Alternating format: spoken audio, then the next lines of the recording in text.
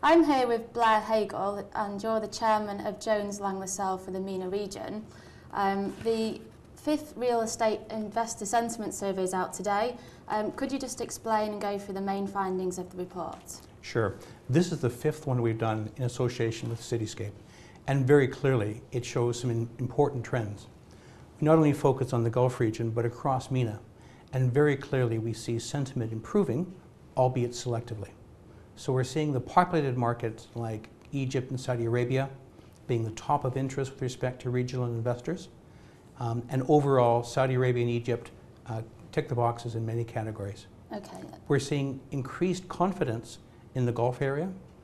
Very clearly, people are seeing opportunities for attractive pricing in Dubai and Abu Dhabi. And on a global basis, there is increased interest in Asia Pacific, perhaps taking a greater priority over that of Europe or North America. Okay. How has the sentiment changed within the UAE then compared to last year? I think what we're starting to see is that people are recognizing this is a market that's effectively in search of a bottom. One of the things that we've found quite interestingly is that there's actually a shortage of what we call investable assets. What the market is looking for is plain vanilla. They're looking for long-term leases. They're looking for stable income, and there's not a lot of that available. But fundamentally, I think many people are believing that we've turned the corner, albeit the avalanche of supply coming on will inhibit true growth for a period of time. Okay. Which markets within the MENA region are you starting to see a recovery in then? I think it's fair to say that both Saudi Arabia and Egypt are the stellar markets for the Gulf and the Middle East investor. They have strong populations, large local populations. They have a lot of industry and development. And they probably also have the furthest to go with respect to creating an international real estate economy. And which markets would you say are lagging behind? Well, I think it's fair to say that many people believe that the Dubai effect and the decrease in prices are getting near the bottom. I think people are increasingly looking at Dubai, but also careful with respect to what are the best assets to purchase. And when do you think we'll see the bottom? Do you think that's going to be next year, or? I think we're very close to it now. People are looking at things in a much more strategic way. The game is all about yield, i.e. what the investment can drive in terms of income on an operating basis. Okay. There's another new report out today which is looking at the global commercial markets. Can you tell me about the findings of that? Sure. One of the great things about working in an emerging market like the Middle East is sometimes you come across something that's somewhat counterintuitive. And I think we found that in actually looking at the absolute strength of the Dubai commercial market. Around the world, the strength of your commercial market is very much the barometer of the broader business community in the regions.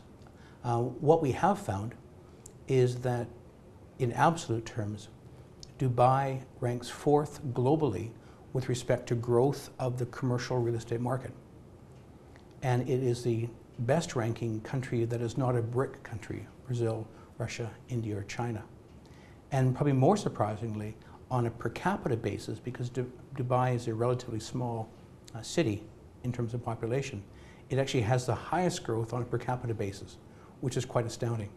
So compared with Mumbai or Beijing or Bangalore, it ranks very highly. What we're finding, of course, as Dubai becomes more affordable, as there's more supply available, a lot of international occupiers are looking to take space here. And that's really important with respect to the long-term growth. Our business, we represent a number of the Fortune 500 globally, and we actually look after their real estate interests around the world. And increasingly they're finding Dubai an attractive place to be. It's a hub for a very broad region.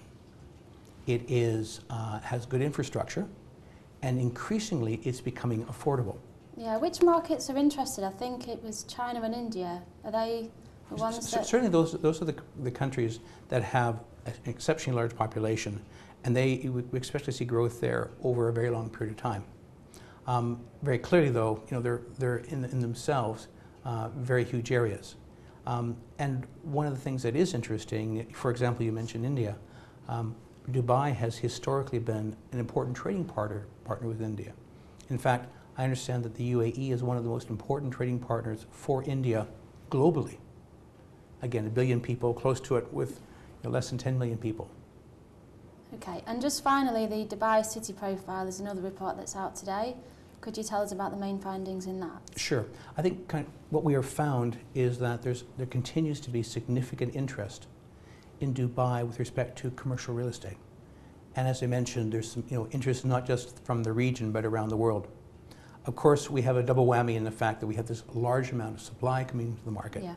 And arguably we'll see very much in our minds, in fact, the tale of two cities in some respects, where the centrally located areas will be very well received with reduced vacancy, where the outlying areas will be very much in a different situation. So is the outlook positive then, do you think, for Dubai? I think based on what we're seeing, and certainly from the latter part of 2009 through 2010, there is significant growth. The challenge, of course, is that we have a huge amount of supply coming on as well. And I know the government authorities are looking at how to deal with the supply in the future. But very clearly, Dubai has the best infrastructure in the region. It's a place that people want to come. The tourism industry is very strong. And with respect to infrastructure, it's perhaps one of the best in the world. And right now we're seeing with respect to real estate, there's broadly an issue of sentiment and the correlation with that and confidence. Okay. Mr. Hagkull, thank you very much. A pleasure. Thank you.